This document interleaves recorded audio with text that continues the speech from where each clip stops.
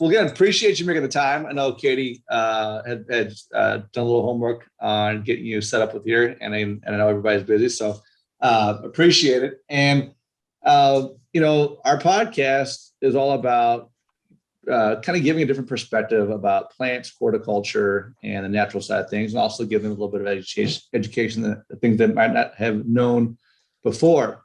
And so just want to introduce you real fast. Derrick Stowell, did I say this correctly? Yeah. Ph.D, CTRS, HTR, a lot of letters out there. Yeah. The Education Horticultural Therapy Program Administrator for University of Tennessee Gardens Department of Plant Sciences. A lot there. Yeah. And also President-elect of the American Horticultural Therapy Association. Now, I'll tell you, when I saw the notes, I was like, I didn't even know that was an association. So now you've got me more intrigued, because this is actually a topic I'm pretty excited about. Sure. I am all about what plants do for people on an emotional, psychological, mental health level, because I feel like, part of my life growing up in a tree farm is a culmination of a lot of that, but now it actually has science and study and a lot of education behind it. So why don't you, for our audience, just tell a little bit about yourself and a little bit kind of what all these different titles mean. And sure. Yeah. So, I'm grew up in East Tennessee, and, just thinking about my history in general, kind of like what you mentioned, my dad was a gardener. So we had a large vegetable garden in our backyard. Right around the time middle school, he became friends with a plant guy that worked at a local nursery, and so when that happened, he started having to do everything that guy was doing in his yard. So we built a koi pond to help dig that. So gardening and kind of horticulture has been a huge part of what I grew up with too. And through that and some other experience I had just spending a lot of time outdoors in the nature is where I started pursuing the interest of how beneficial those things are, how beneficial plants and being outside are to us. And so I pursued a bachelor's in outdoor recreation, and then moved on and got a master's degree in therapeutic recreation. And so that's what the CTRS is for. It's the Certified Therapeutic Recreation Specialist. So, it's using recreation as a therapeutic tool to help people, whether it's mental health issues or drug and alcohol issues, or, they've had an injury or are going through rehabilitation. And so I worked for a national nonprofit for about 5 years after that. And then was hired by the University of Tennessee Gardens to help do their education programs. And while I was there, I really don't remember how I stumbled upon it, but I found out about the American Horticultural Therapy Association. So like you, I was equally intrigued, and I went online and found out about it, looked about what horticultural therapy was, and found that it was really closely related to my past, my recreational therapy or therapeutic recreation experiences. And they had this professional registration. So I ended up taking some additional coursework and doing another internship, and became a registered horticultural therapist in 2015. And so I began developing programs here at the university, serving a variety of populations. So including, we heavily work in assisted living facilities, but I've also done some work with behavioral health and children with intellectual disabilities also. And there's a million ways this conversation can go. That's what I'm excited about. So do you know who Charlie Hall is? Yes. So he's economics economist, and he's also grew up in a garden center and has a horticulturalist as well. He's down at Texas A&M, but he's really big. Yeah. Mm-hmm. And so I love hearing him talk. And he and a group of people put together a study that talked about the health and well-being of plants, how they affect us from an environmental standpoint, from an economic standpoint, and from a personal standpoint, from an emotional standpoint. And that was the first time that this topic really started, for me, really started to kind of mean something to me. And where it talks about kids with ADHD walking through gardens, and how the effect how it compares to a level of their medication. I don't have all the facts in front of me, but I mean, it was like, oh my gosh, this is amazing Right. stuff. And you hear, I mean, just simply talking to gardeners or horticulturists or professionals in the field, and part of why we do what we do is because there's a relaxing, a calming, being outside, walking around trees, being in the plants, getting your hands in the dirt, and that's exactly kind of where horticultural therapy developed out of that. Some of those kind of casual observations over the history, and then it just further, as more people started realizing those benefits and recognizing, they started finding ways to determine how to measure that, how that could help in a programmatic sense. What are a handful of therapies that you see currently being deployed, whether it's at the university or you see more, or maybe more in a broad sense, starting to be developed more out there, and maybe what kind of I don't call it illnesses, but whatever, whether it's treatments, whether it's therapeutic level, what kind of things do you see them being used for? I think for us particularly here, we were we developed programs and really started working a lot with assisted living facilities at first. And so there's a huge interest with that group and that population, because a lot of those folks, grew up gardening, and that was a really key part of what they did. And so, you find that the activity directors or the rec therapists that work in those facilities don't have gardening knowledge. And so then they would come to us and, have us start developing the program and running programs for them. And so we were working before the pandemic. We had about 17 facilities in Knoxville we go through twice a month, doing some activities. And it allowed us to connect with like this older generation, allowed to give them some of the things that we see with those populations generals. It provides a sense of purpose. A lot of times when someone might have dementia or Alzheimer's or might be in a facility, so unfortunately, in some places, despite how good the staff there are, some people just sit around and watch TV all day. And we even had some of our staff we work with. They said some of the residents don't come out and take part in the activities that they have planned, but when we show up at the garden, they're there. And so there's just something. Again, we all have this connection to plants, and I don't think a lot of people. Particularly as more technology is developed and got into more urban settings and more city development and less nature outside our back doors. I think a lot of us don't realize that how connection is. And I work with lots of different populations, but we talk a lot about, or try to help people understand and realize that plants are like the key thing for human existence. We can't. They provide our food, they provide our clothing, they provide our sheltering, they provide our mental health, and so a lot of people have forgotten that. And so that's what we find a lot when we start doing with programs, that they start the residents, the participants, and the staff start realizing that again and kind of being awakened to that.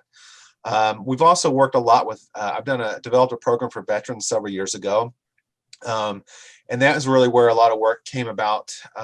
Through a grant we did, and we did a research project where we created a horticultural therapy program for veterans who had trauma-related issues. So some of them may have had PTSD, or just other traumas related, stress related to their active service or active duty.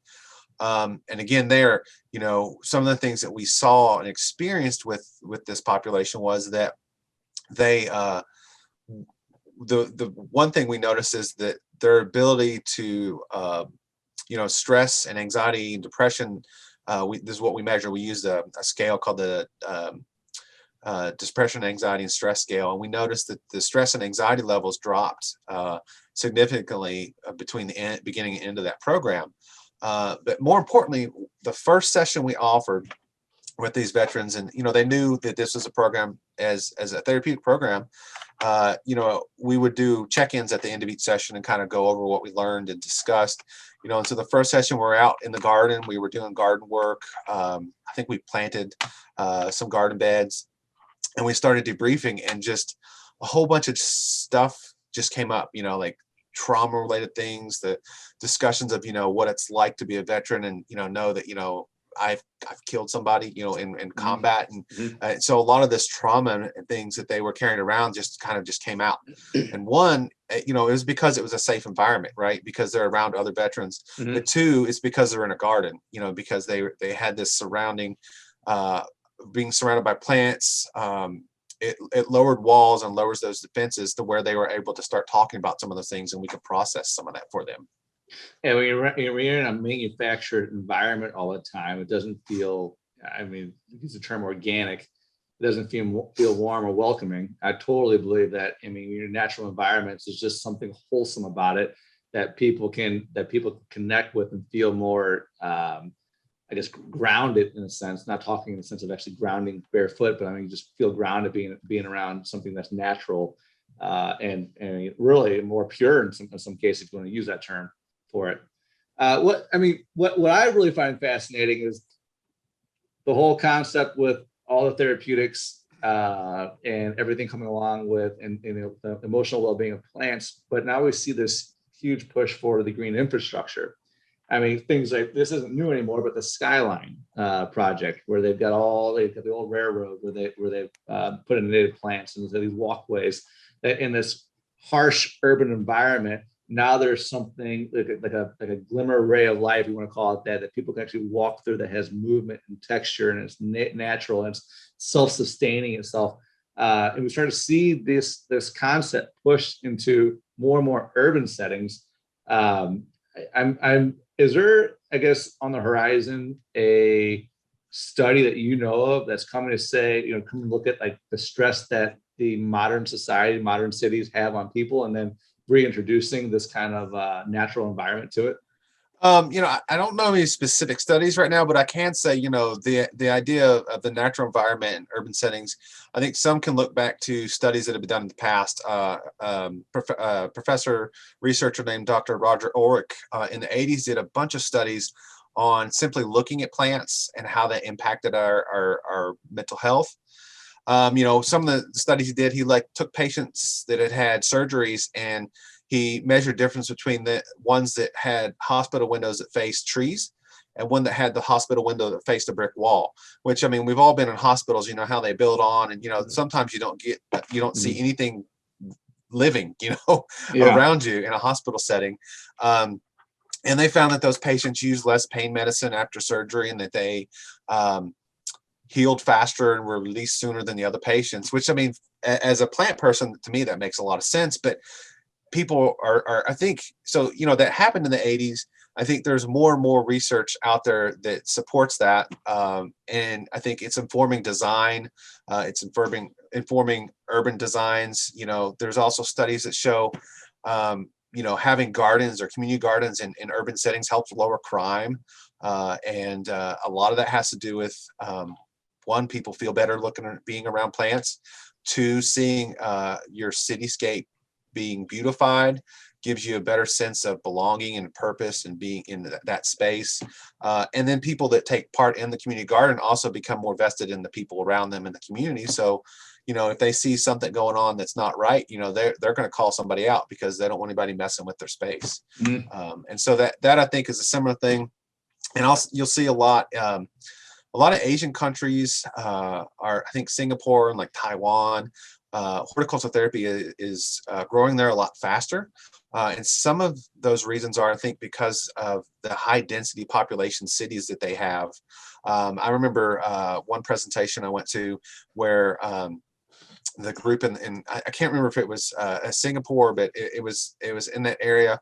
And one of their goals was to put parks within so many feet or so many meters of each person. You know, so you've got a city with millions of people in it, Mhm. and they felt that this was such a vital importance that we need to get people in some kind of green space and do it close enough that they can go there more often than, you know, when they're on vacation or something. Mhm. Well, I mean, one thing I find is, there's a lot of these old neighborhoods in St. Louis, Tower Grove Park, and or near and around Forest Park, that the old, mature, whether it's oak trees or sycamores and all. It's just, there's something calming and enchanting about it. I mean, one makes me pretty proud of the area. but it's just there's a natural calming effect about it. And I know there's a lot of newer subdivisions here that were built starting about 15, 20 years ago that are starting to replicate those same kind of looks, and they're planting a lot of the water channels and kind of almost like one of these movies you would see, but the way it's set up and the way the landscaping is all set up it has the same vibe. But like, where do you see the future field of horticultural therapy going? I think, it's kind of an interesting thing because, particularly if you look at the last 18 months, there's been a lot of increased interest in gardening again, around the area. I think I saw read where one of the seed associations said, the demand for seeds grew like 300% last spring, and a lot had to do with people, I guess, were at home, so they had to do something. But ultimately, there was also this fear of, not being able to get food or not being able to get stuff. And my wife even, I have gardens at home, but one of the things my wife told me when we were during that time of the I guess the 2-week lockdown or whatever they call that. She was like, why don't you get some seeds and start growing some microgreens with the kids? And I was like, oh, sure. So I started ordering seeds and I started buying more plants, and it went from just having a couple trays of microgreens that I started a vegetable garden, and we're still doing it. But I think that interest is one, it people need food. So they, food gardening during that time grew, and it happened during World War II and after too, for a lot of other reasons historically.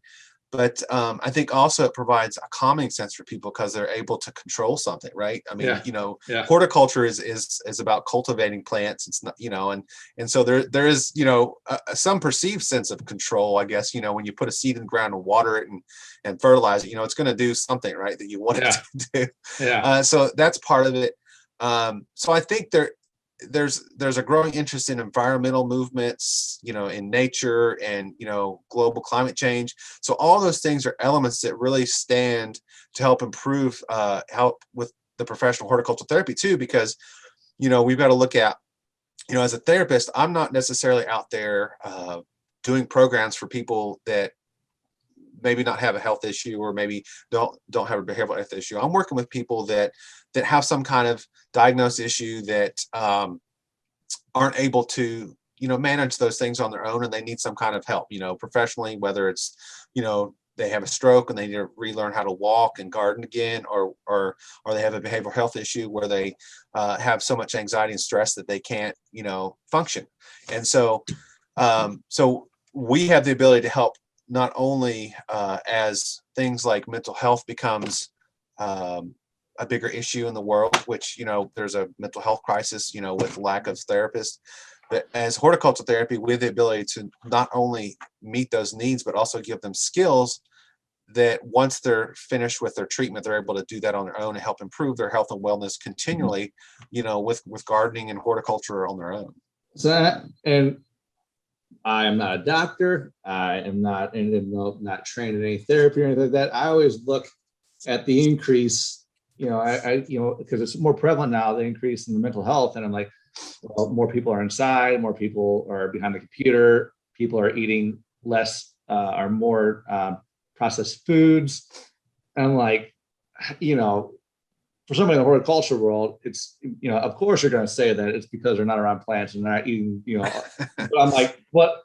I mean, could it be, Yeah. Right. I know, so those are, that's why I'm very big on my boys, training them on gardening. I'm not the world's greatest gardener at all. I can plant a tree, grow a landscape, but gardening it is a little bit different skill set. Right. And so, but my boys love it. Like, well, I'm picking the raspberries and the blackberries and those kinds of things, and grabbing the beans off the vines and the tomatoes. But there's definitely something to be said about, having your own garden. And with such an influx in gardeners the last few months now because of COVID and everything that last year was.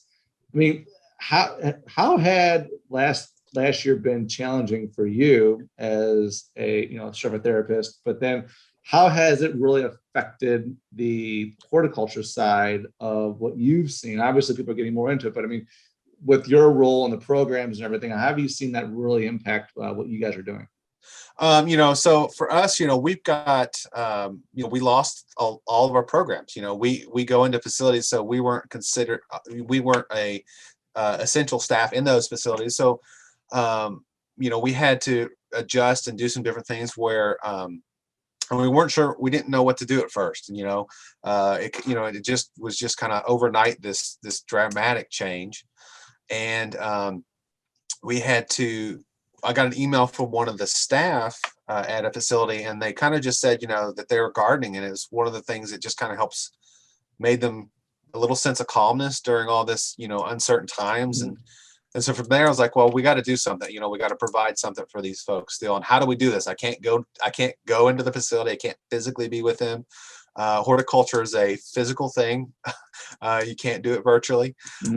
So we ended up creating these kits where we put together the activities and lesson plans and materials, and we delivered those to the facilities, put them in some boxes, set them out front, rung the doorbell, ran off, so we didn't, get a chance of getting anybody sick. And so then they were able to do that and continue the programs in some way throughout this. And so that did provide some opportunities for the residents to keep gardening. They did have, a lot of them have outside garden spaces, so then they could get them outside and have interaction and social interaction along with the plants. So those are some things that changed for our field. And in Tennessee, we haven't been as closed down as a lot of other places around the country. So I'm grateful for that. But so we've just started going back to facilities recently. So, with vaccines, most of the people got vaccines in facilities, and our staff are getting vaccinated. And so I could say one thing for me just personally is just to realize how important it was for me to interact with people as a therapist. And so missing out on that for a year was really did impact my own mental health, which is kind of, as a therapist, you have to separate yourself a lot from the people you work with, but realizing that being around people and sharing the joy of plants and growing plants and the benefits of plants is a job, but it also is just a part of who I am. It helps me, move on and do a better job at everything that I'm supposed to do. So those are some changes that I've noticed. Being grateful, being able to get back around people and see how happy they are seeing us come back in, because all these people haven't seen, but maybe 3 or 4 people in an extended time. You get so used to just seeing the same faces and having the same routines, and then when it's all just like stopped, like kind of miss that. Wait, hold on a sec, Yeah, and I think the other thing is, we are.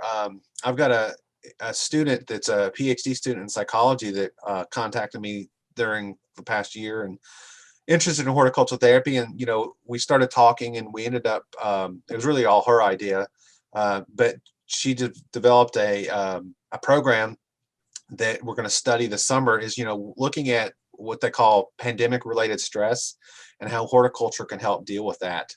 And so we're just starting to get into that a little bit, and we're going to be launching that study this summer as a pilot, and then hopefully doing more studies in the future. But really, how do people adjust to this past year and a half of in some ways chaos, and how can horticulture be used as a way to help people readjust? And we've seen that here at the university. Some of our staff, there's a lot of remote working going on, and then they're starting to all come back now. And so some of the colleges around, business colleges and organizations in the university, a couple of them emailed me and said, hey, we're coming back. We haven't seen each other in person in 18 months. What can we do for wellness and calming? And, I said, well, here's what we can do. And so, we have a wellness program that we offer. So it's, not horticultural therapy, but what I would consider therapeutic horticulture. And the difference is it's not a clinical thing. I'm not doing active treatment with these people, but I'm providing horticulture and therapeutic activities for these people so they can use those to help with their stress, So, so they came and we did a tour of the gardens, and then we did a wellness program related to horticulture, connecting, stress relief and anxiety, and how being using horticulture can help reduce those things, and giving them skills. So, when they start working in the office again and they start getting stressed out, they may have some tools to use to help them manage those things. And then we had another office cat called us the week after because they heard of the other group. So, we're starting, some wellness programs related to this too, of how horticulture can help us maintain health and wellness before we get to the point where we maybe have a crisis that we have to deal with, mental health too. So last year was the perspective that I always wish I had more of is talking to people that had they had to go home. They had to be shut down. Their businesses were shut down. Everything else. We were fortunate that we were considered here in St. Louis that, garden centers and landscaping were essential services. We're very fortunate. And I don't take that for granted. I don't take it lightly, because I think that I looked at it as, look, this isn't out. People are coming here. People are at home. People want to get out. People need something to do. And when I was communicating to our garden center team, I was like, guys, this is something that's all they can do.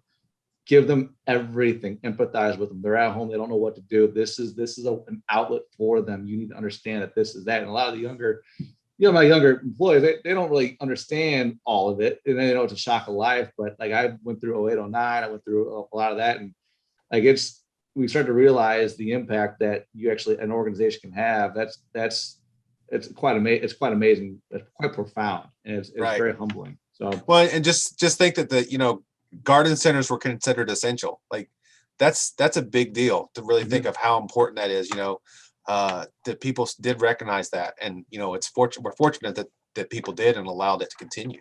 One of the things I always like to dream about, everybody calls me a visionary from time to time, is I always think about the school of the future. I think about all the schools that I grew up in. I bounced back and forth between private and public, from preschool all the way through college, and all the old brick and mortar classrooms with the windows up real high up near the ceiling. You couldn't see out. And I'm like, how do we create these environments more, you incorporate the biophilic design of buildings and of landscape architecture, but then really get people immersed in it, yet having a classroom that people can pay attention in, but exposing people more to what life actually is, not human life, but life, in general. And to give people that sense of respect, because let's face it, I just saw 200 acres of thick, dense forest get demolished for a new neighborhood, and it's all clay rock soil. I'm like, nothing they planted is going to survive but what they tore down. I'm like, we got to have a better plan. We got to come up with a better plan for what we're doing, because it's heartbreaking to see some of the stuff now, especially not because I'm a plant guy, but now that I'm starting to realize more of the impact that we have on this earth, and the stewards that we can be for it. And it's not, again, just for the environment, it's for the human emotional side of it. What programs do you see maybe starting or coming down the line that would help municipalities, governments, potentially? They're going to get kind of off the wall questions. These are just sparking in my head. Is what do you see that might help create some awareness in some of these bodies that oversee or approve projects like this, or if there are projects like this that would help people say, let's be a little bit more focused on how the environment's going to be rebuilt for this, these several hundred homes, so that these people can enjoy the benefits of it, that they don't know that they're losing because we just destroyed this forest. I think that's challenging, because there is more and more research out there, things like schools and the benefits of gardening in school settings, the benefits of horticulture in different settings. So I think there's more research out there. I think being able to put together those specific facts and data to show, hey, this is important. It's not just about looking good. It's about those overall health benefits. I think that's the area we're kind of missing right now, that we need some more quantification for that, so we can go back and say, look, this is why it's important. I'd really like to see Their school gardening has been big, and there's a lot of groups doing school gardening. But like I'm thinking, like in Knoxville, we've had I did AmeriCorps in like 2004, and I worked in schools and we put in gardens, and then I left, and 10, 15 years later, like come back, and somebody at that school's like, let's put a garden in. I was like, well, we did. And so people forget these things really quickly. Yeah. And so I think finding a way to work with a lot of different people, it's going to take a lot of collaboration around to fund it, to make it work. I think there's a lot of things that we can do to help improve schools and use horticulture, work with horticultural therapists and in school settings, school shootings, and there's a lot of behavioral issues that happen in the schools, and trying to manage that, having a garden and having ways to help teach kids and people how to deal with stress is going to be important. And I think, I definitely think, especially coming off, I think about all the different generations that just have been impacted from last year. My kids lost a whole year of school. Right. How's that going to affect them? I think about everybody else who lost a year of business. I mean, all that are out of business. I mean, what are the ramifications? I even think about, like, all you were talking about the psychologist student that you were just telling me about. Like, I was like, oh my gosh, yeah, post-pandemic. Like, oh my gosh, that's going to be a thing now. That's right, coming. yeah. There's going to be another headlines all towards the end of this year, I'm sure. And then you think about municipalities and the benefit. Like I live in a small town just south of Knoxville, and we got lots of land, but our new developers are putting houses where I can reach out and touch the next house next door. We don't need that, and realizing that they're not incorporating plants and horticulture. It's like, you just put a bunch of people on one space and don't make them happy, there's going to be problems. And so I think that's where we've got to continue to have unfortunately, people that make decisions want to see things like numbers, and dollar signs, and and I think when we're talking about mental health, that's a hard thing to quantify at times, and I think that's a challenge. How do we say, by, putting 10 feet or more on side of a house to give some more space, and we can put a couple trees in, and let somebody garden, they're less likely to yell at their neighbor and do something else that we don't want to see happen. So I think it's going to take a combination of, therapists and green industry professionals working together on funding research projects, putting together these kinds of reports to show, this is what we can do, and we can have a better community by not over, tearing down everything. When you put in I have a friend in high school that he built a house himself, and he's like, he literally went with the construction team, was like, you're not cutting that tree down, you're not cutting that tree down, and so he had this beautiful garden, forest kind of garden, it just engulfed his house. And that's not how we build. That's not how people think. They're like, let's just tear it, let's just scrape it all off, we'll put the house in, and then we'll think about how we're going to put the plants in, and how that's going to work. And that doesn't work really well when you destroy everything. So I would like to I'd like to connect offline with you, because I just see, because we do a lot of seminars here in our garden center. I would love to see if there's something we could. I'm sure I'll talk to Katie about it, but I'd love to see if there's something we could partner up with you guys, and to see if you have any, like, I don't want to make it sound like, home kit therapy type things that we could potentially offer to our courses, or just like little seminars to our customers. Sure. I think a lot of people would find a lot of interest, and because this is definitely becoming something that when I do post, love to post about this stuff, because I think it's so important.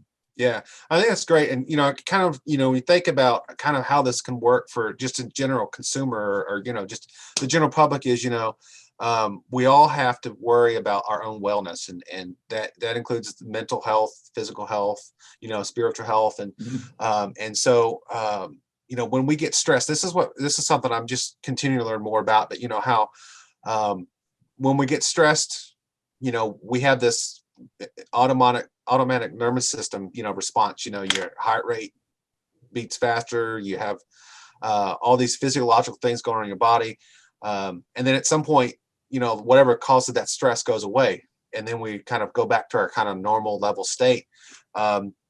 But I think what people don't understand is that I think more and more we're in situations where that stress level doesn't come back down to the normal, the baseline or the homeostasis.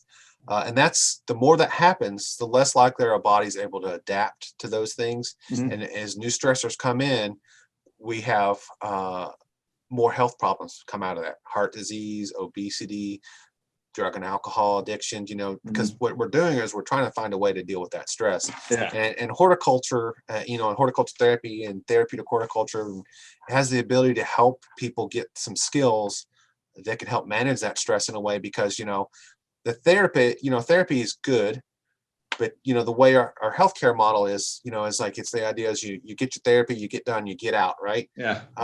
So let's think about how can we do it in a therapeutic sense where we teach them the skills that when they're done, they can garden at home.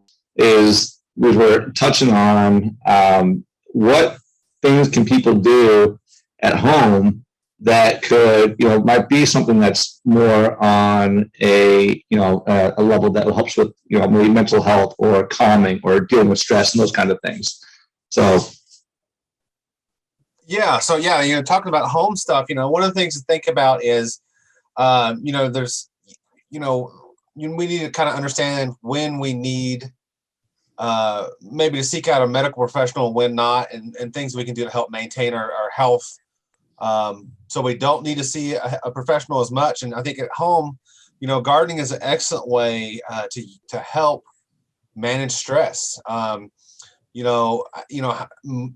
many people I'll talk to, one of the questions you ask why people garden is because it makes them feel good. And that's been, gardening, when they do the U.S. Census, I think, 60-70% of America does some kind of gardening. So it's definitely, people do things for a reason, right? So they maybe they don't understand all those benefits.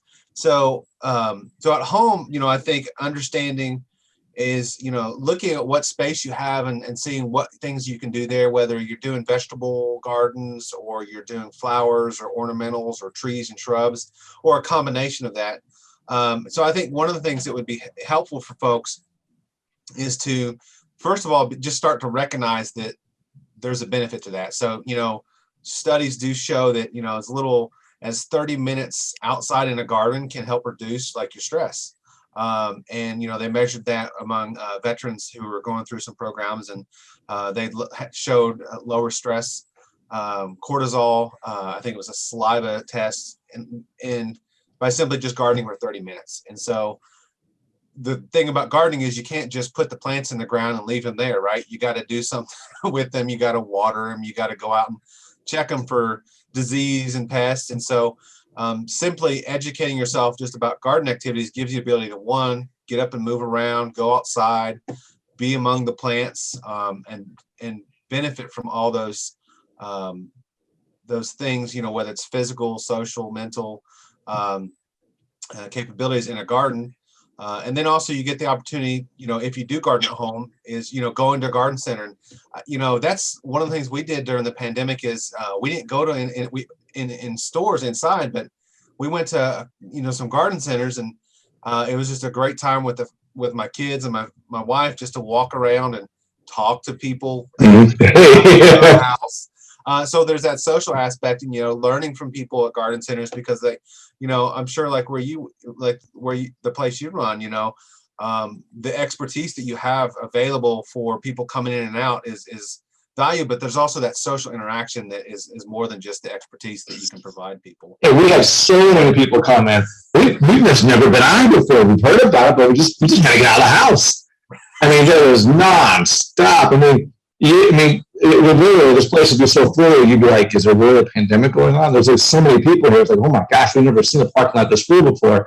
But everyone's just trying to get out, to go somewhere that's outside and just be away. We're fortunate enough to have 30 acres here, but even then it was like, this is insane. So count them in and out, right? Yeah. It was getting crazy.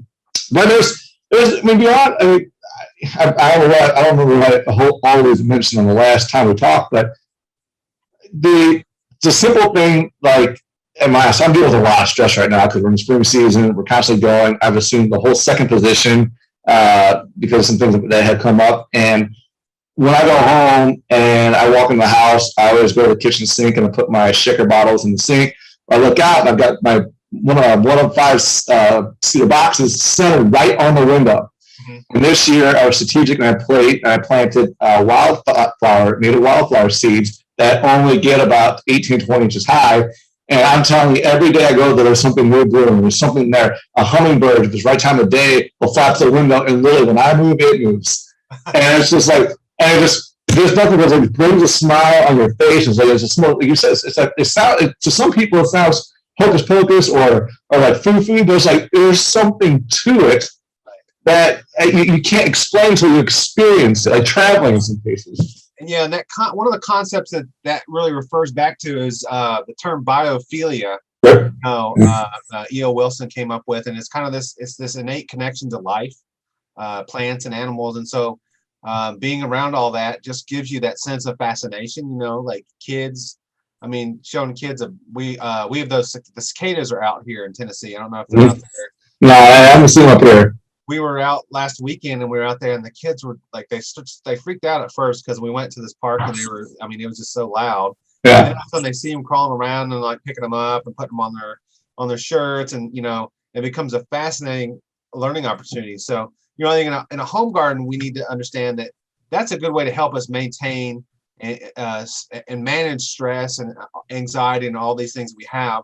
And then I think one of the key things is then we also be able to, as you think about programs and stuff, is how do we then find a way to connect people up when they realize that this is good, but I need a little bit more help, and be able to connect them to like a horticultural therapist or other counseling that's needed. And I think that's an area that hasn't been explored as much, but and really the role that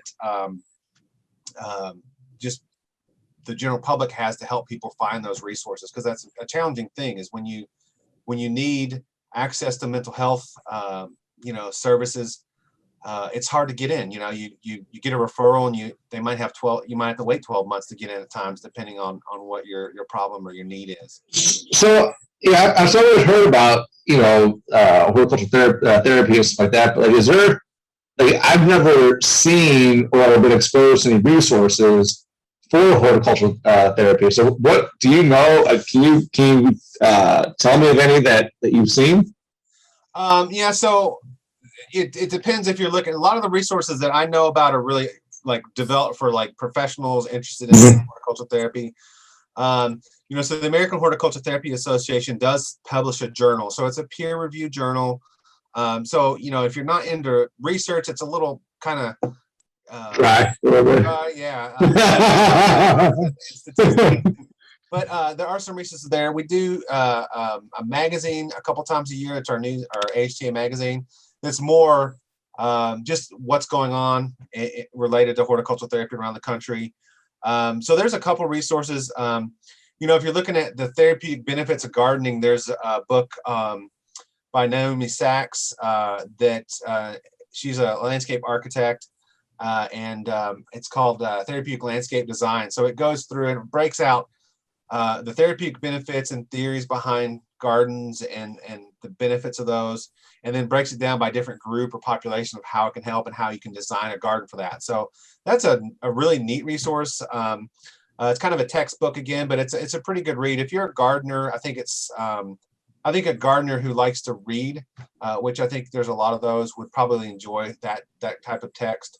And then, there are some regional groups out there that do programs. There's not really in your area that I'm aware of. But I do know like Missouri Botanic Garden, which is, I don't think too far from where you guys are at. Yeah, very familiar with it. Yeah, we're working there now, actually. They have some programs there, therapeutic programs that they offer to the community, and they go out to facilities and do stuff. And so that's another great resource. Jennifer Smith, who's a colleague of mine, runs that program. And so that's probably a really good place to go. I think that's one area that we as horticultural therapists have not done well at is market ourselves and make us available. So for instance, like if I want to find a horticultural therapist, how do I find one? And our group, HTA, the American Horticultural Therapy Association, does have a member database, and so I can connect with the horticultural therapist, but that's for professionals. how do we get the public more involved in finding that? So I think another place, there are some, social media is a good place to go. There's most of the regional groups, and you can find a list of some of the regional groups on AHTA's website, and they have their own Facebook groups and LinkedIn, and maybe Twitter and some other groups like that. So there's some places to go to. But yeah, I think one area is just connecting it like local, looking at botanic gardens, because there are some around the country that have therapists that work there. Denver Botanic one. It's beautiful. Denver's awesome. I was there for the Chihuly expedition that they had there. Cheyenne Botanic Garden is another one. There's some Naples, Florida, up in Maine. So that's one of the things too that I'm hoping to do, is continue to raise awareness and help provide training and education to people to become horticultural therapists, so that we have more available out there. But I'm also wanting to really help find ways to connect the public, because let's say if I need help and I can find a horticultural therapist, and maybe I do need to go to like a licensed counselor, but I can't get in for the next 18 months or next 6 months, but I got a horticultural therapist that can meet with me, and we can start doing some stuff and creating therapy goals. Then we're able to help fill in and provide services that might be missing right now that people are getting. So this is why I'm so excited about the industry, because all this stuff, everything you're talking about, I believe you say it much more eloquently than I ever have, or can paint a better picture about what it actually is than I ever could. But I always knew and still totally believe that everything we do with plants is going to be so much more beneficial than just the air or just the water. There's so much more to it. And as we become more intelligent and more knowing in everything that is going on in the world around us, I mean, it's so exciting. It's one of the reasons why I actually stayed in the business. I'm very excited about the future holds. And we're just getting going. We're just getting going. So. Well, Derrick, where can people find more information about you or connect with you or any of those kinds of things? Yeah, so so I work at the University of Tennessee Gardens. So we're part of the University of Tennessee system. If you go to utgardens.tennessee spelled out .edu, and then we have a section of education and horticultural therapy, and it lists some of the stuff we do there. So that's kind of the best way to kind of look at that information. Also, my email, I can give you my email and office number. And if folks have questions and they want to learn more, they're welcome to call and email me. I do a lot of connecting people up, and say if you're in another state or another area, you're looking for somebody to do something, I can try to connect you up with another therapist. So my email is Stowell, Stowell @utk.edu. And my number is 865-971-7151. So email probably works better, since I'm not at my desk very often. And then I can respond as quick as possible that way. So that's the best way to kind of get in touch with me. AHTA.org, again, there's resources. It's a professional association, but it is a place where people can go to get ask questions and find more information about the profession of horticultural therapy in particular. Are you on social media at all? Not really. I had a Twitter account. I just get so busy I forget to do anything like that. LinkedIn, I've got a profile on LinkedIn, but that's about it. I got a podcast. I'm gonna send you those. I listened to this morning. I think you'll like it. But Derrick, man, I really appreciate your time. Sorry about the little delay, couple day delay, and get back and finish this thing off. But I definitely want to stay connected to you, because everything you're doing, again, it falls right in line with what I believe we provide our clients. Again, you say it much better than I ever could. And so I hope we get together soon. If you're up this way, I would love to have you out to the garden center and show you around, see what we do, what we got going on here. Yeah, I'd love to get back out to the area again. It's been a while since I've been out to St. Louis and the area. So awesome, man. Well, hey, have a great weekend, man. Appreciate you. Talk to you soon. All right, thanks, Tony. Bye. Bye.